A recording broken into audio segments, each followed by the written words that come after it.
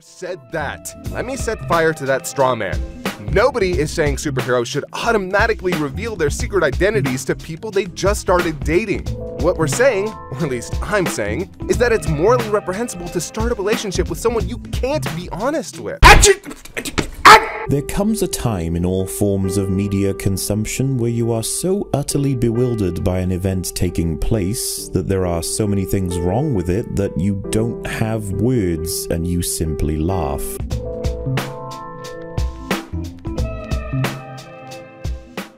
Context. This is a follow-up to a live stream that I made on the channel to celebrate gaining 3K subscribers. In it, we come through Johnny Tuccello's video about Amber from Invincible. You know, the best part of Season 1. What? She's not? Well, Johnny Tuccello's and Kaiser Neko from Team 4-Star fame seem to think otherwise. And I said so much that I thought, you know what, why not make it a video? So, here we are. I'll be using clips from the stream throughout this video as well, but if y'all don't know much about Invincible, I don't know, man. Stick around for the AdSense, I guess, if you want to. You know, give me some more, give me some more. I'm gonna assume most of y'all know what I'm talking about, okay? Okay. Also, spoiler alert, I don't really like this video, don't think this is very good, but remember the golden rule, people. No brigading, no harassment, or any of that other shit. Argue their points if you want to, but don't do so on my behalf. Big boys defend themselves. So let's start the show. Now to get to the main event of the stream. Who here has seen Invincible? Me, not all of it. I have not, sorta, haven't, me at least. Me, Invincible is the bomb. Now, have y'all heard about Amber? Yes. For those unaware, Amber was like the main love interest in the first 2 seasons of the show. The main character Mark got with him, and she was not written well. Like, at first she was written fine, you know, we were doing the typical superhero type beat. Mark wasn't there or available for her because of superhero shit. He revealed his secret identity to her, and then she reveals that, like, she knew about it and never confronted him on it. That still freaking whacks me the fuck out to this very day. Okay, so there is a disturbance. There is a man, an individual, a YouTuber with the contrary take. This person is saying that all of you are wrong, chat. How do you feel about that?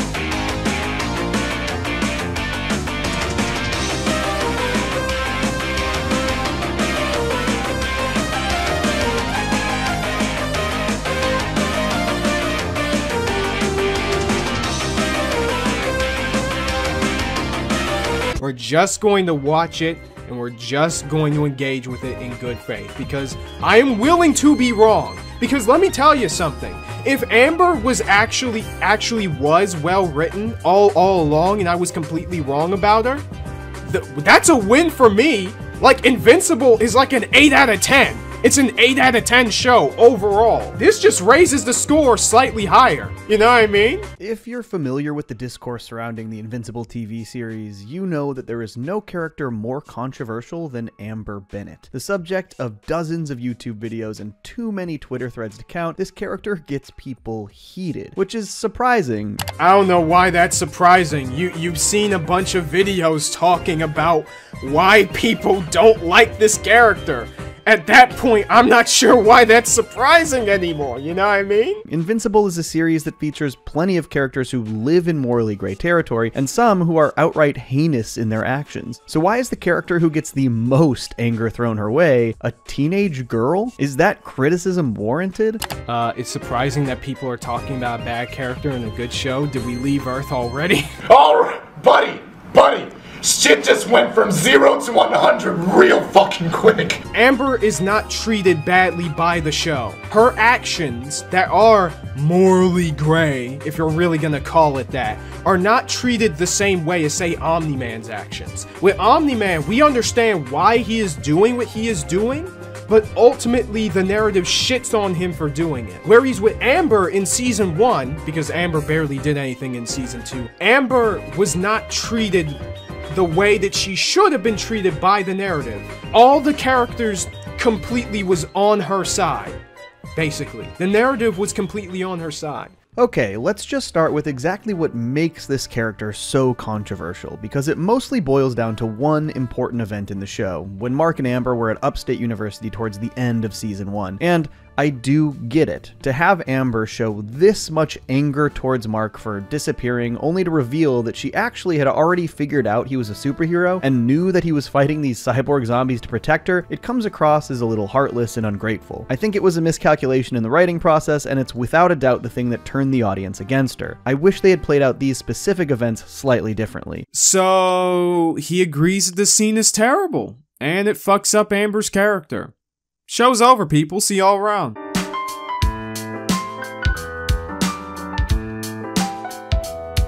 Or so you would think, because despite knowing that this scene is people's main contention with Amber's character, he keeps going and he pretends that the scenes prior were also being lambasted by the audience, including other YouTube videos talking shit about the character. X the fucking doubt, dog. Amber very explicitly says that she values Mark's honesty. Unfortunately, due to his secret superhero life, honesty does not end up being Mark's strong suit in the relationship. He literally ends up ditching Amber in the middle of this first date to stop an attack, leaving her alone for an hour without any honest explanation. And this is just the first sign of what will end up being the biggest issue in their relationship throughout Season 1. And I'm not sure how anyone can defend Mark as a boyfriend watching the events of this season unfold. What the hell are you talking about? Who are you talking to? This line is probably what struck a nerve with a lot of people, because Mark opened up about the one thing he had to keep from her, and she treated him poorly. It wasn't even the fact that she still broke up with him, because honestly, Mark wasn't a very good boyfriend. There isn't one instance where Mark said, "I wish I could tell you what's going on, but I can't." But I can't blame Mark here, because I more than understand why he wouldn't run that risk. Because Amber seemed to care of being thought about as stupid or unimportant more than she did about him telling her his secret identity in that moment. From the beginning, they set up honesty as an important trait to Amber. Then in this scene revealed it was mostly for selfish reasons, butchering the setup. Supposedly it seems like the guy doesn't care about her, when in reality she doesn't know that he has responsibilities as a superhero, again unbeknownst to her. And that's pretty much how the relationship is between Mark and Amber from episode 1 up until episode 6, with Mark trying to balance out his superhero life with his love life. And Amber's frustration up to that point was understandable because she hadn't really understood what she signed up for here when she decided to date Mark. Like, she doesn't have the context that we the audience have in knowing that Mark is invincible and he's off doing superhero stuff all the time. So this is where people started to really dislike this character. And I don't blame them. I mean, this makes no sense. If you already knew,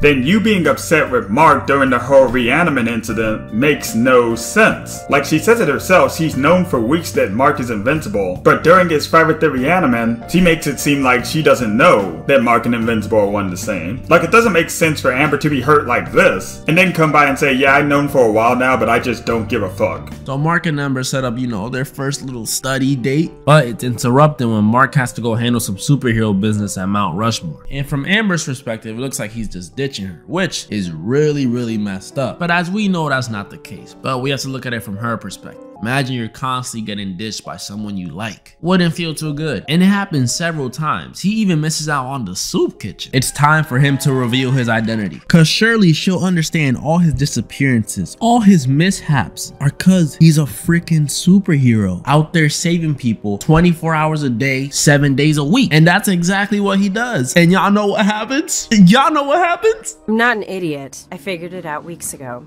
What? Let's watch my favorite part again, shall we? And I'm not sure how anyone can defend Mark as a boyfriend watching the events of this season unfold. Why the fuck you lying? Why? Most creators don't defend Mark's treatment of Amber. They may say it's understandable given the circumstances, but most of these creators do not defend him. The problem they have is that the show itself doesn't treat this like it's a two-way street. What Amber did was arguably just as bad, and unlike Mark, it wasn't even in character.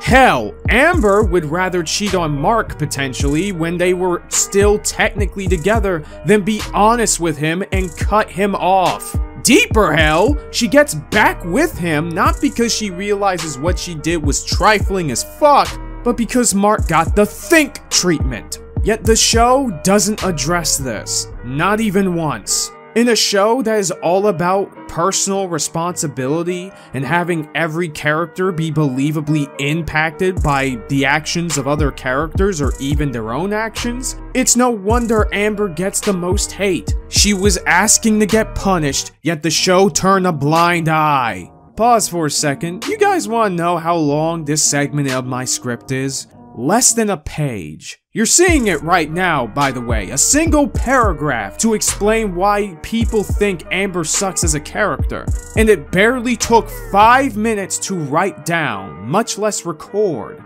This same diatribe has been said across multiple videos, posts, and comments to the point where I can freaking beatbox that shit to you with enough time. So where the fuck is the miscommunication here? Why do they not understand? Well, that's another thing that's a two-way street, and they continue to fail in probably the worst section of the video in my opinion, which is Kaiser Neko's cameo. Listen, I love the guy, Team 4-star was my life, and I do think that he's genuinely a good person, so I mean all of this with peace and love. When I saw this during the live stream, I literally replayed this shit not once, not twice, but 4 freaking times because it is the most incomprehensible argument in the entire video. Enjoy! I've been dying to talk about this since season 1, and you've finally given me a place to let loose. Let's talk about secret identities and informed consent. The consent of a person to a commitment after they've been fully informed of the facts and risks involved. Superheroes with secret identities cannot be honest about their lives and commitments and the dangers it puts them and their partners in. So, it's a little morally questionable when superheroes decide to date people who don't know they're a superhero. Relationships are inherently built on trust. Nobody is out here arguing that superheroes should be resting on their laurels to make their lunch dates. Amber literally never says this, or even implies it in the entire show, despite what a lot of angry, objectively wrong people online say otherwise. I've seen a lot of arguments, read straw men, saying, so what? You think superheroes should just reveal their secret identity right off the bat to whoever they're dating? That's not reasonable at all. And you're right! Good thing nobody ever said that. Let me set fire to that straw man. Nobody is saying superheroes should automatically reveal their secret identities to people they just started dating. What we're saying, or at least I'm saying, is that it's morally reprehensible to start a relationship with someone you can't be honest with. There comes a time in all forms of media consumption where you are so utterly bewildered by an event taking place that there are so many things wrong with it that you don't have words and you simply laugh. So you're saying you... Dude! Do you see the contradiction? To recap, Kaiser Neko just contradicted himself. He said this straw man is saying, hey, are you saying that freaking superheroes should reveal their secret identity to people they just started dating? And Kaiser Neko said, no, it's just bad when they don't do it.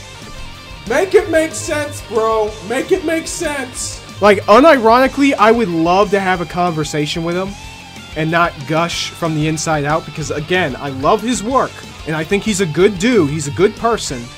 He's just not cooking with this one, you know what I mean? He's not only making up a straw man that, for all I know, doesn't even exist, but he's also proving that straw man right. This is the equivalent of trying to tag your own shadow, but you hit yourself instead. How is it unreasonable for a superhero to tell their date their secret identity, yet it's morally reprehensible to not tell your partner your secret identity? I don't know about you, dog, but we don't live in the Andrew Tate nightmarescape where everybody is just in a relationship just to get a free pass, if you know what I'm saying. You know, people tend to date in order to get in relationships with people.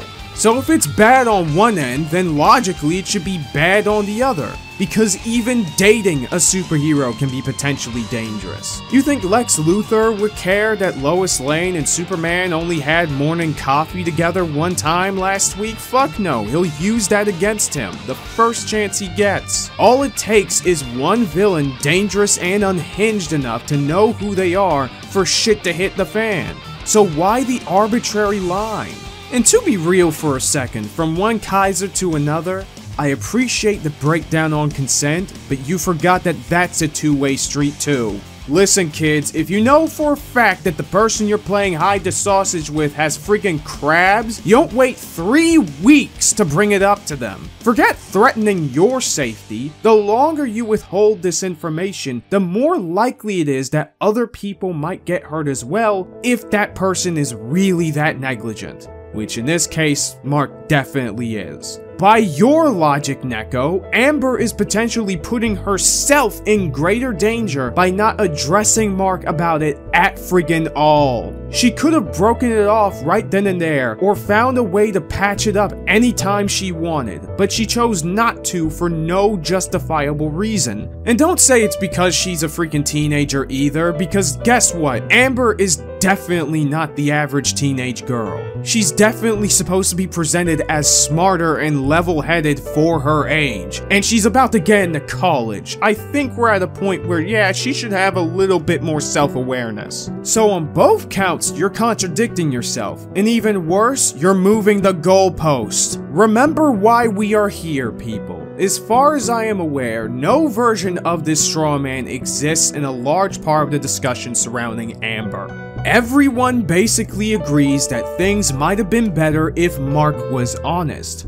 But notice how neither Kaiser Neko nor Johnny showed any clips or screenshots of people saying any of the things that they are talking about. They're vague posting about some hypothetical asshole putting words in their mouths in the same breath as putting words in the mouths of other creators. If you've been with me long enough, you'll know exactly how I feel about that kind of shit. So here's the big question though. Why did they do it? Well, to be charitable, I'm willing to say that this was just a case of stupidity on their part. I don't know much about Johnny Boy, but Kaiser Neko has been itching to throw his hat in the Amber conversation for a while. And anyone who's seen his Twitter can tell you that. Like I said before, he's a good guy and he's very conscientious most of the time, and he's a caring person. But when you're frustrated with a topic or the people involved, you're bound to make mistakes because you want to get things off your chest. I get it. I really do. But at the end of the day, we're content creators. We have to be responsible and honest about the positions of the people that we disagree with. It strengthens your arguments, makes your claims more tangible, and most importantly, it gives a voice and a face to the opposing side, making them more likely to see yours. And honestly, it makes shit less cringe because you've already gone through the effort of commenting on this whole debacle. The least you could do is show a clip of any of these creators that said what you claim. Show screenshots, call out names, address specific creators that you disagree with.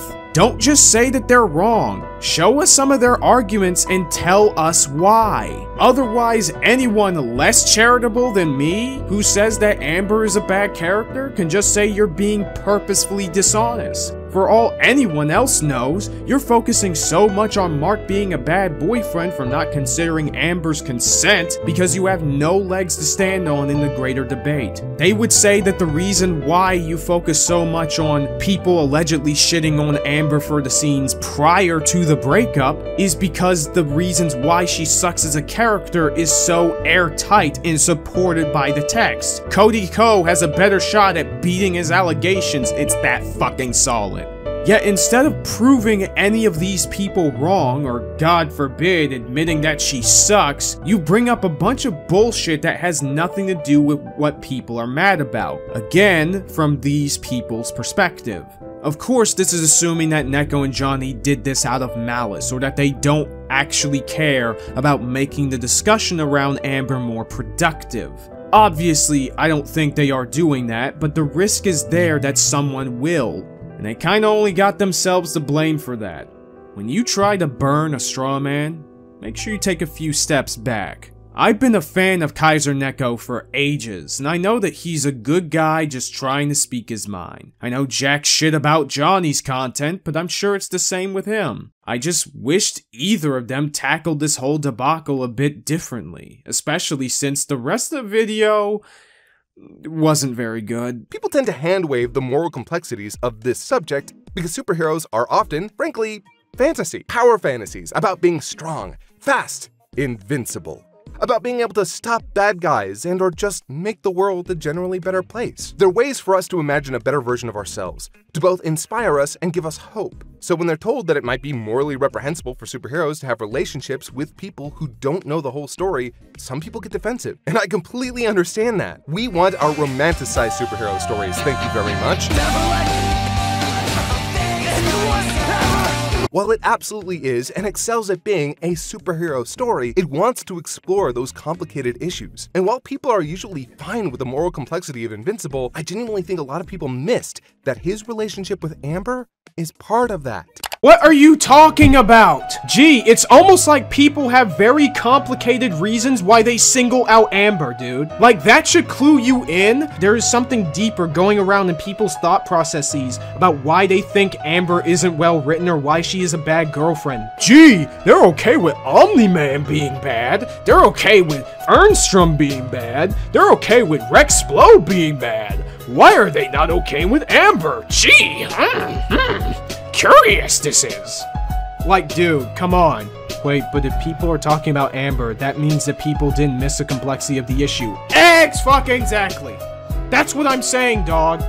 I think that some people look at this in a simpler, more black and white way than they should. What? No one... Dude, no, I don't believe you. Because you have not sufficiently proven that this is a belief that people actually have. Granted, keep this in mind, I'm not on Twitter, thank God. I'm not on Twitter for more than like an hour per day, okay? But, during this whole thing, I have not seen a single soul say that they have a single problem with Amber in Season 2. Amber didn't do anything wrong in Season 2. Everything relating to the relationship made sense. It was just kind of boring and kind of stereotypical. Didn't he make a concession at the beginning that he wished the breakup scene was handled differently, or am I misremembering? Yeah, you're absolutely right. This is the problem. Who scripted this? So yeah, that's about it. Both creators are free to respond to me any way that they like. DMs are open. Hope y'all enjoyed the video. I'll see y'all around, and remember, fake postings for pussies.